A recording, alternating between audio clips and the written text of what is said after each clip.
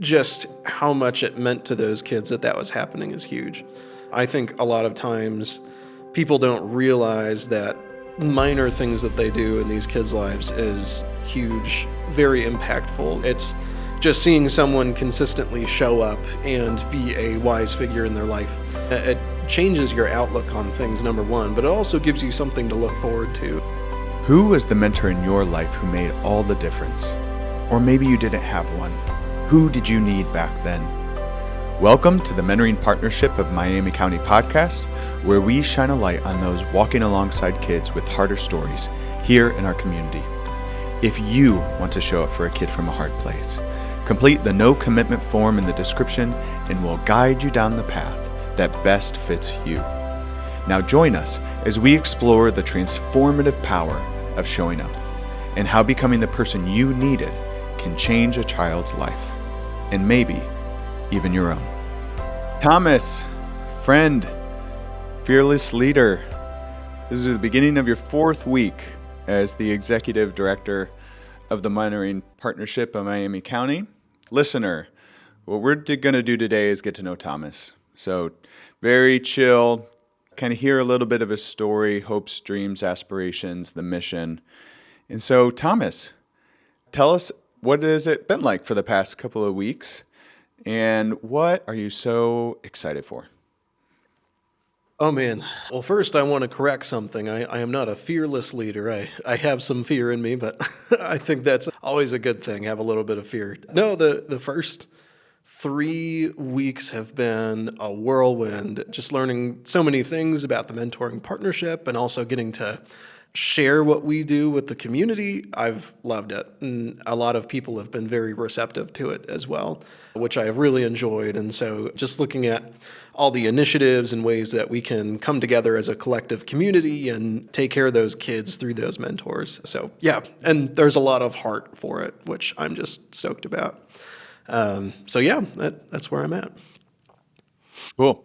And since you're hearing about it, interview process, which felt a little miraculous, and now getting to know the board, the partners, some of the kids, some of our mentors, what do you feel like we're doing?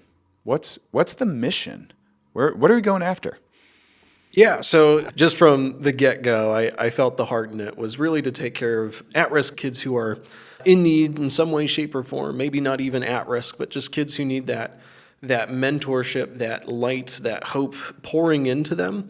And mentoring partnership is really making those connections between those people who have been through all these things in life and the kids who are going through things, and making those connections happen is essentially what it is. And so as I've been talking to the partners and hearing about our partner organizations, all those nonprofits and organizations doing great things in the community, the same thing just keeps coming back, is we're all pointing to that hope in these young kids. And so I think getting to be a part of that and hearing our board and several others talk about what that means to them and what they're doing to make that mission happen is very exciting. It's something that you hear about, but getting to see firsthand is something else entirely. So it fills my heart is what I'd say. Yeah, as someone who's worked with kids and been around the block and meeting some of these partners over the years, I think what you get to experience is a privilege that many people in Miami County don't. Many people don't get to witness how much really beautiful hard work there is going on out there to care for kids and kids from hard places. And help us to see some of that good work that's going on. Help us to, celebrate those partners who are on the ground caring for kids. What's that been like? Yeah, so I can only speak to a few of the partners that I've been to, but from what I've seen, I mean, it's really neat. So the first one that I actually got to visit was the Lincoln Community Center. Currently, they have a summer class going on, everything with them, but they just keep telling me that they need people who are going to pour into those kids one way or another. And so immediately I saw a connecting point between mentoring partnerships so that we can speak to mentors in the community or those who care about that and immediately plug them into the Lincoln Community Center. But they need people for all sorts of things when it comes to guiding the youth. And so I saw that number one, and they have so many kids who really need it. And so we're making those connections, and I'm excited about that. I went to the Troy Rec. That was another one that was very exciting, and just getting to hear about our current mentors who are doing a lot there. They essentially have plugged themselves into a location in the mentoring or in the Troy Rec, and they've solidified themselves as these adult figures that can pour into those kids in some way, shape, or form. But they're also there to have fun with those kids and to make an impact that way. So hearing about that and just how much it meant to those kids that was happening is huge. I think a lot of times people don't realize that minor things that they do in these kids' lives is huge, very impactful. It's just seeing someone consistently show up and be a wise figure in their life. It changes your outlook on things, number one, but it also gives you something to look forward to. And sometimes for those kids, I mean, that goes a very long way. So that was really cool to see. And I also visited the Barn Youth Center and got to see the things that they're doing for the community. I mean, they provide so many cool things for people to do, or the kids to do, whether it be basketball, soccer, baseball type things. They have track stuff going on. They've got a full-on skate area, which brings me to another one, Troy Skate Church, and their facility's amazing. It's super cool to see what they're doing and the effect that they're having on those kids, getting to share hope in their life. And I'm again, there's a lot happening in the community, and it's very exciting to see. The thing I keep hearing from them, though, is they're always looking for more people to be able to pour into those kids. And so, yeah, just as I'm going out in the community meeting people, I keep pointing to the partners and what they're doing and how more people can sign up and join and be a part of it. Yeah. Being able to take a tour of some of the bright spots that, care for people in darker stories or darker places is, again, such an honor. And I think what we're hoping while we elevate these bright spots in our community is that other adults say, I want to go check those out too. I want to feel what that's like. Not like the immense burden of youth mentoring or giving of oneself, but what we get, the joy that we receive when we witness these people that are constantly pouring their life out and that we get to be a part of it. So that's so good that you were able to do that, and we can continue to elevate those bright spots and connect people to them. So why do you care? Like, what's the reason that you stepped into this role? What draws you into caring about kids from hard places? Yeah, what is that draw to you? Yeah, well, honestly, it is hard not to care for kids in hard places, whether you come from a good background or not. I think for me, it's because I can relate to those kids in several different ways. So a lot of my story has me coming from a time when things were very rough.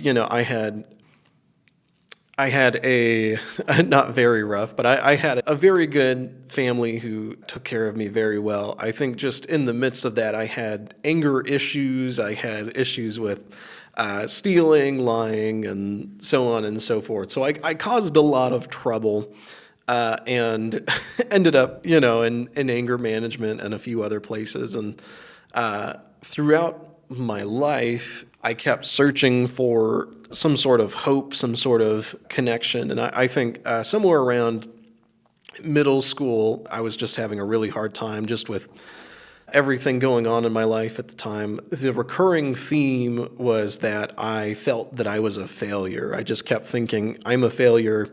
Everything I do is failing at life. And so around freshman year, I tried to restructure my life towards a different understanding of what success was. And It did not go well for me. It ended up very poorly. I ended up with very poor grades throughout my freshman year and went to a very dark place. Now, when I look back at that time, I think about and this is kind of why the mentoring partnership came to mind first thing when I was thinking about what do I do next. And as far as the mentors in my life, there were a few. One of them's name was Tim. The other one's name was Matt. And Tim, in particular, he was a person that I knew who worked out quite a bit. He was just a very strong guy. And so I remember I just really liked working out. That was one of my places of peace in that time of my life. And Tim would basically bring me to the gym. We'd go and we'd work out together about once or twice a week. And slowly but surely, because of that consistency, I opened up to him just about things going on, what's happening. And, it definitely took some time for me to trust him. But once I did, I think he really was able to affect small things in my life. I didn't open up to him fully, but the things I did open up to, he gave a lot of wisdom in, and that was very reassuring for me. I think the other thing was it gave me something to look forward to in the midst of my terrible weeks at the time. And one part about my story is I got to a point where I was so low that I attempted to take my own life, and that was very difficult. And so I ended up, at the end of that process, at the end of attempting to take my life, things didn't work out, and I was okay by the end of it. But mentally, I was a total wreck. I had no hope left. The light from my eyes was probably gone, all of the above, and I didn't know what to do. And I think one of the big things for me was that mentors in my life came and saw this lack of hope in me, and they were able to point me back to truth and righteousness and good things. And so the mentors in my life came around me, and I was in a free, safe space to ask questions, to interrogate them essentially on, I'm in a dark place. What do I do next? And I know for them that was a big deal because it had been 5 years to that point that I had known some of them that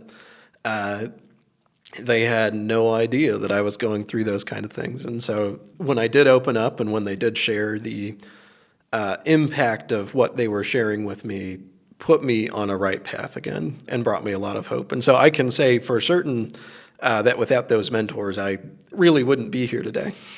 So yeah, that's why it's a big deal. What I heard you say was that you attribute mentors in your life to like saving your life. Essentially, yeah. I mean, long and short of it, that's really what it is. Because if you think about it, if I had stayed in that dark place and I did not have a returning point, I probably would have gone back and attempted to take my life again. And that is what those kids do when they're not receiving that hope. They try once or whatever it happens to be, maybe it doesn't work, and then they get to the point again, they're going, well, time for number two. And that's terrible to say, but I mean, really, without the mentors being there and being that safe space for me and that constant, I think that's what would have happened. Yeah. Um, it's been, thank you.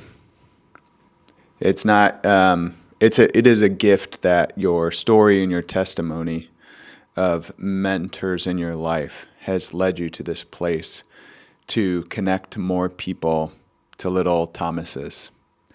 And the more that I've gotten to know you and your story, moving around, military family, and different times you've been, bullied a lot and picked on and low self-esteem. And it sounds like, hiding things and feeling trapped and not even letting mentors in, that Tim was the person that you needed.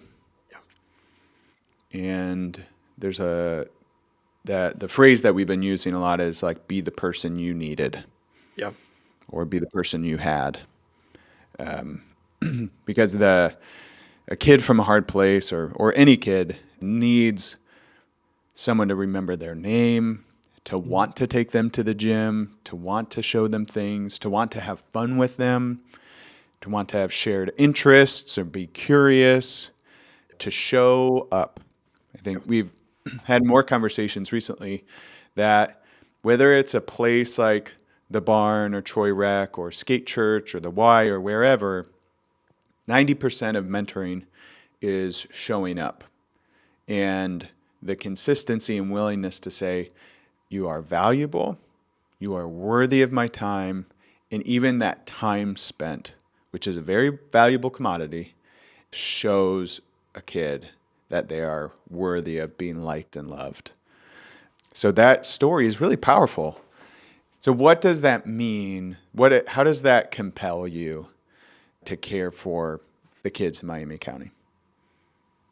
I mean, it comes from a place of, I've felt that darkness, that lack of hope, like I was talking about.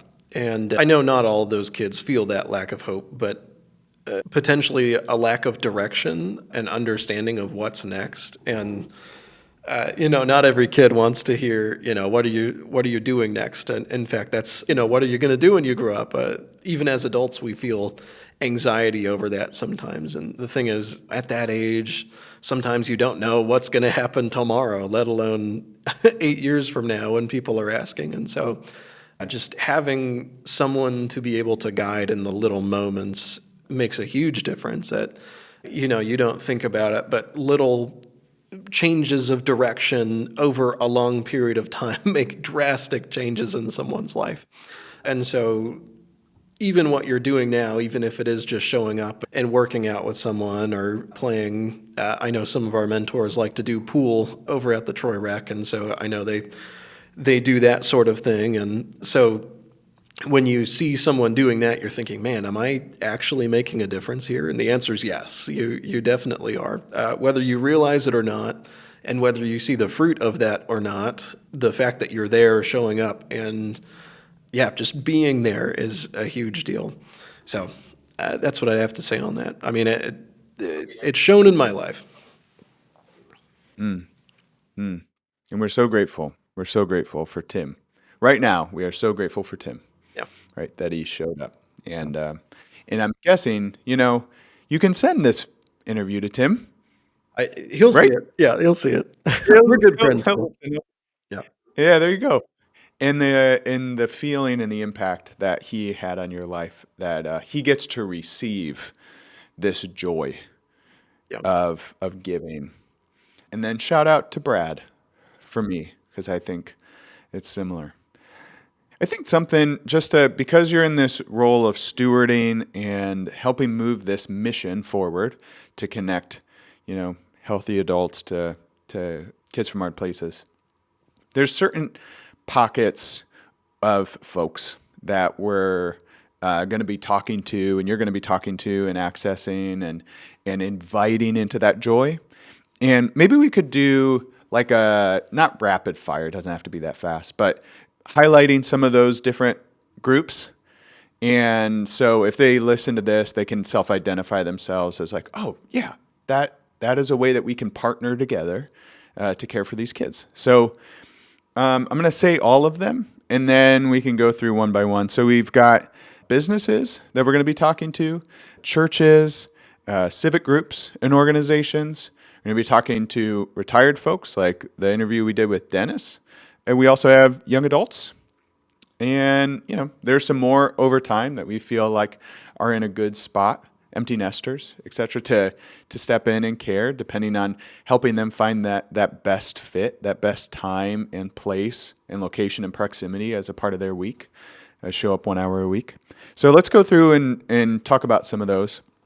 Let's start with civic groups. So what's a way that civic groups can be connected and partnering and invitational with this mission? Yeah, the first thing that I would say is I'd love to come and speak to any civic groups out there. But the next thing is I think for their plug-in, each one of them that attend these civic groups have a individual impact that they can make within these kids' lives at various organizations. Now, a lot of these civic groups also have a lot of connections to be able to connect businesses or people or groups in general to be able to come and help out in some way, shape, or form, whether that is monetary, whether that is time frame, whether that's a project. Sometimes, like I mentioned, the camp over at Lincoln Community Center, sometimes they just need groups to come and do things with the kids. And so, you can make it a group meeting to go and care for them just to see what it's like and then see what that plugin would really feel to be. So I'd say that would be the immediate plugins that I have in mind for those civic groups. Yeah, civic groups, those are places of service, always looking for service. Many times service can be, one-off or physical items or what have you. I think the invitation here is the joy that Tim and Brad got to receive in both of our lives is that consistent showing up in that relational care and healing. And, sometimes I like to think of, not like actual competition, but like friendly competition of like, hey, like, Piqua Rotary, like how many mentors do you think you all can have? And, have a subset of groups of mentors that are like, yeah, this is how we love and care and serve our community. I think it's just a huge need. So let's go to businesses. So what is a way that businesses, workplaces can get plugged in? Yeah, I mean, one of the things I'm working on is a lot of businesses set aside time for their employees to give back to the community in some way, shape, or form, whether that's through volunteer hours or group activities out in the community, whatever that happens to be. But I really want to make sure that businesses are aware that there is a plugin for them at Mentoring Partnership, that we supply them with that training, the background checks needed to be able to go and serve, and then from there, be able to plug them in where needed. And so if a new employee comes on, they'll be able to see right away, hey, I have these volunteer hours. I want to use them for good.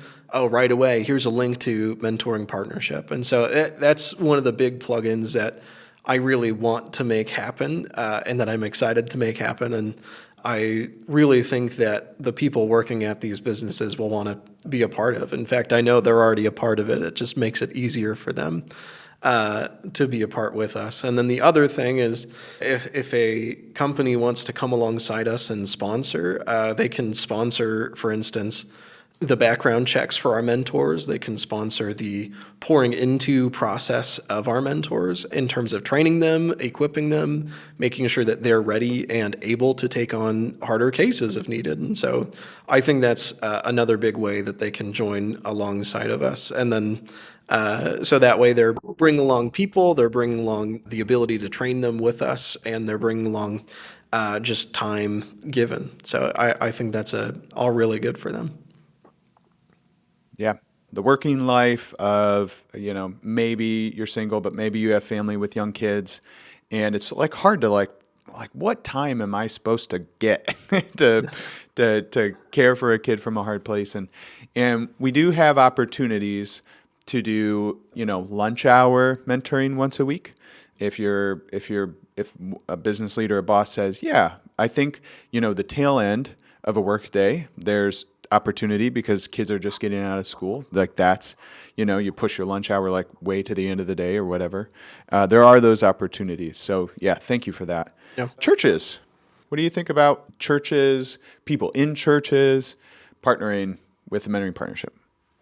Yeah, I mean, I love the idea of churches partnering with us because generally they are people who have that hope and they're wanting to bring that into the community. And so right away, there's a plug in there. But as far as that's concerned, I know life groups can come alongside, do that sort of thing together with us. I know just individuals from the church can come and join us and represent their church with the mentoring partnership. Like you said, there could be some competition there, this church versus that church in some ways in terms of who's pouring into the children of the community and providing that hope. But at the end of the day, it is about pouring into those kids. And luckily, there is an aspect of realizing that you are doing good. And internally, it fills you up. And I think that's a big deal. So I would say that's the immediate plug in there.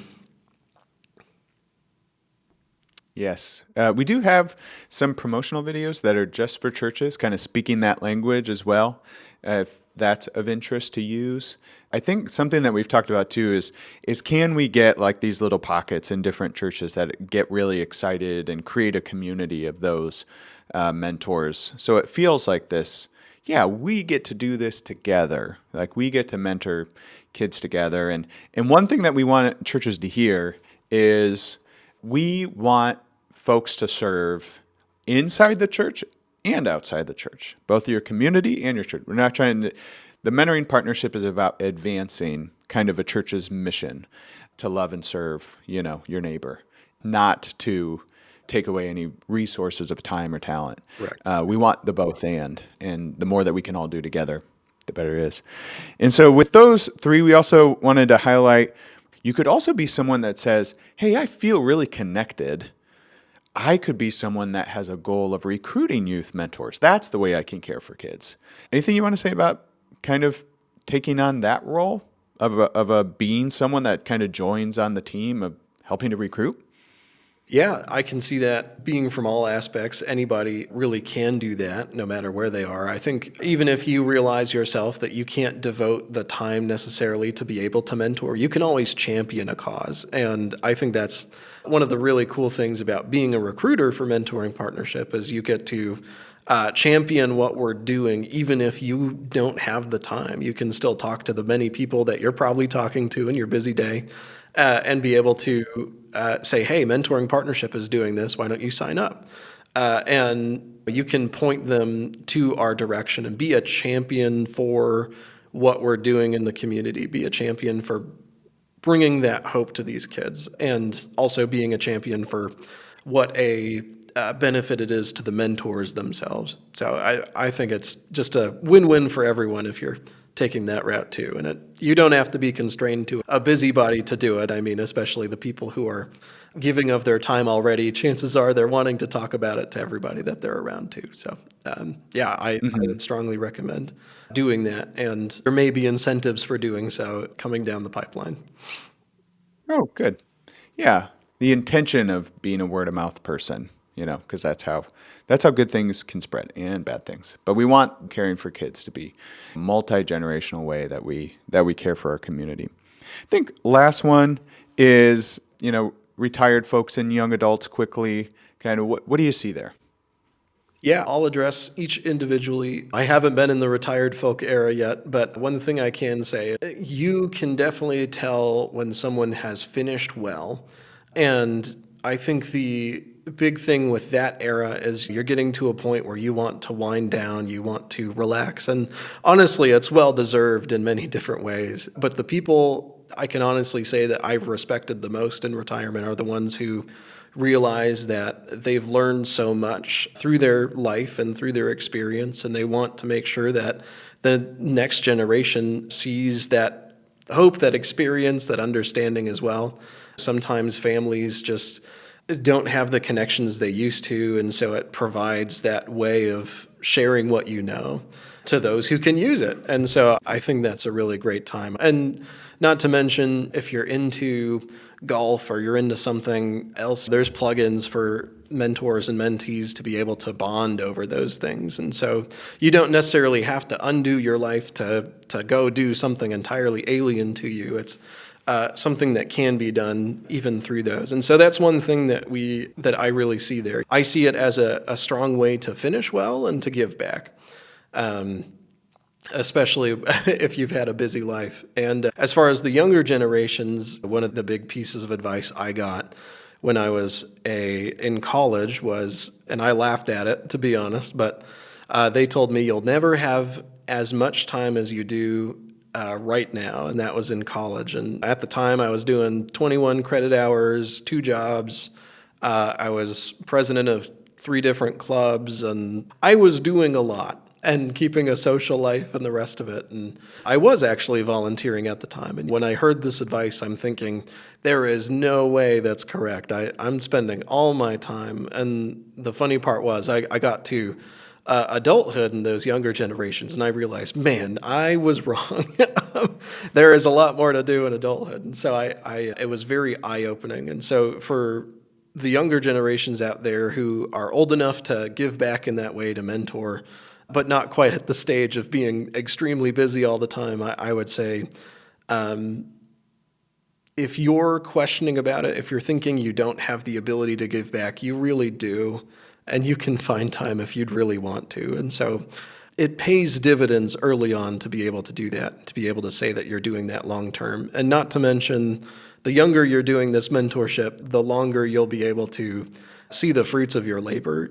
For instance, that was, oh my gosh, I think 15 years ago, something along those lines. And now, 15 years later, Tim is getting to see me joining this as an executive director and getting to pour back in that way. And I know he couldn't be more excited about what's going on with that. But that's one thing, just the younger you are pouring into people, the more you get to see what happens next. So, yeah. I hear that. Yes.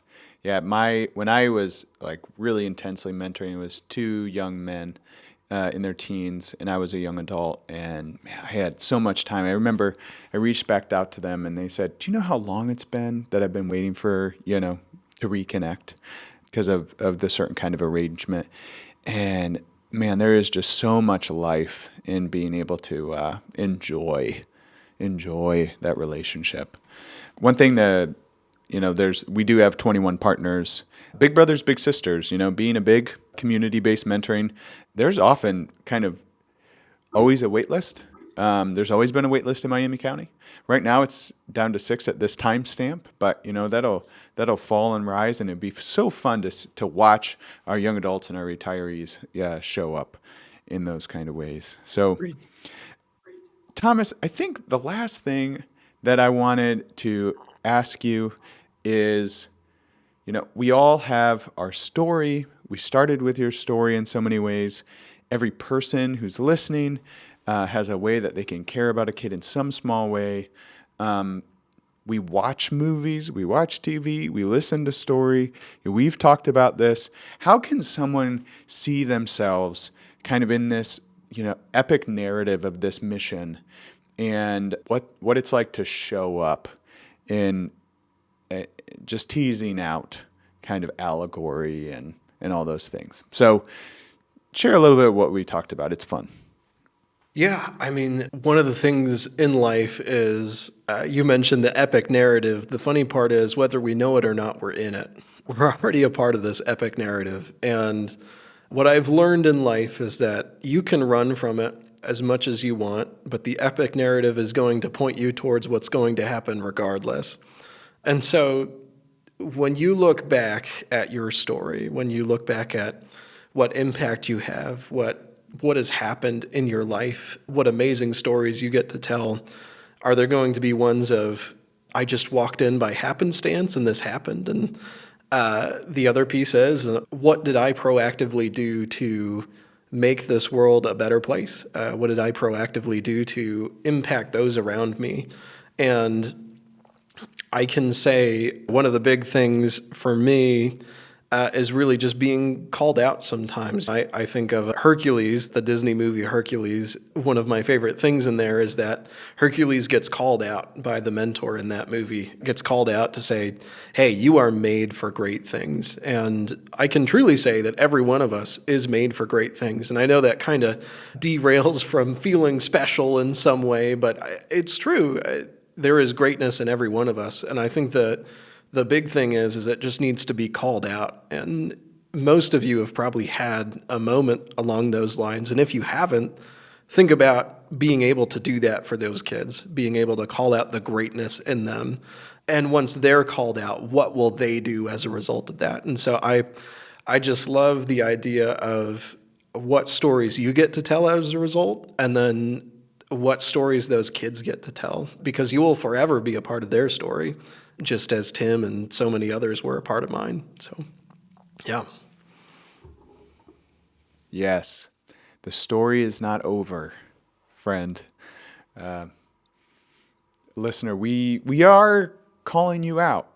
We are saying there's greatness in you. We are inviting you into a really deep and rich community of youth mentors that's, from young adult to 95, a rich community of care and fun and playfulness and being a kid and giving a little bit of your time to a child and other mentors to just make everyone's life better, including your own. And as you do that and you show up for a kid, you will be calling them, that kid, into their own, into who they are, who they truly are, helping them to unmask a lot of the masks that they've had to put on because of needing to survive in so many ways. Thomas, thank you. Thank you for sharing and teasing out your story, this mission, the hope. Do you have any last parting words for the listener?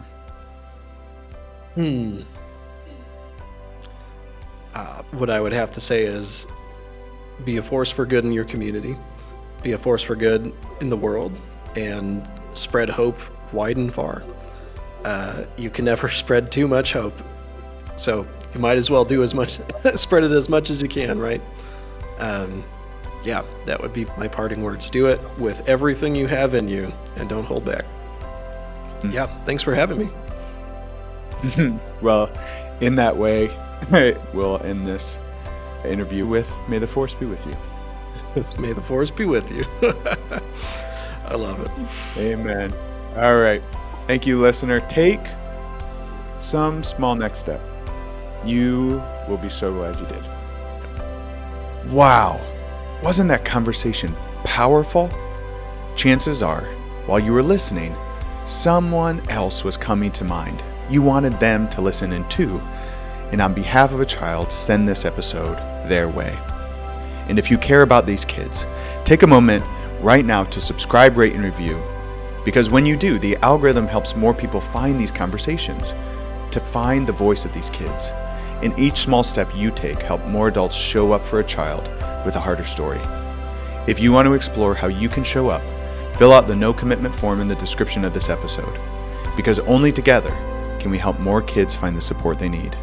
And only together can we help more adults step into the story they were made for.